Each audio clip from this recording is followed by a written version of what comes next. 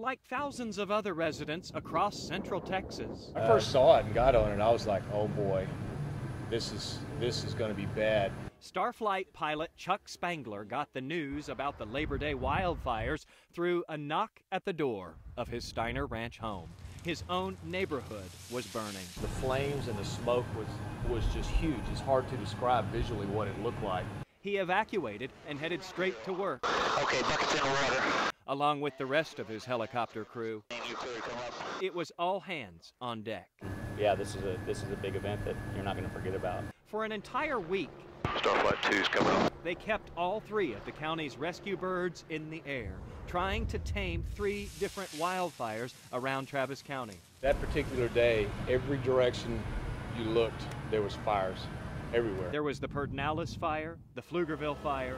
My thoughts was, when is this going to end? And then there was the most stubborn of the 3 blazes, the one in Steiner Ranch, where Spangler and 4 of his co-workers live. It's close to home and all that kind of stuff, and it was also the first time that I personally have ever fought urban fires, houses. I mean, we've always done wildland, grass fires, forest, that kind of stuff, even in the military.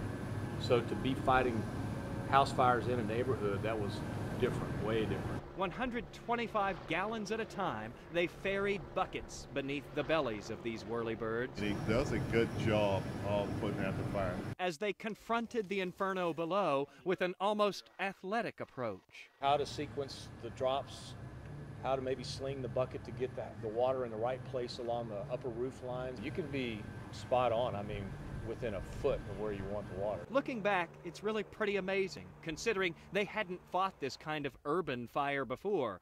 And because with all that smoke, they couldn't always see the homes that they were trying to save in Steiner Ranch. We got direct flame exposure right now. They actually had to look for the stream of water coming from the firefighting hoses below, but it was working.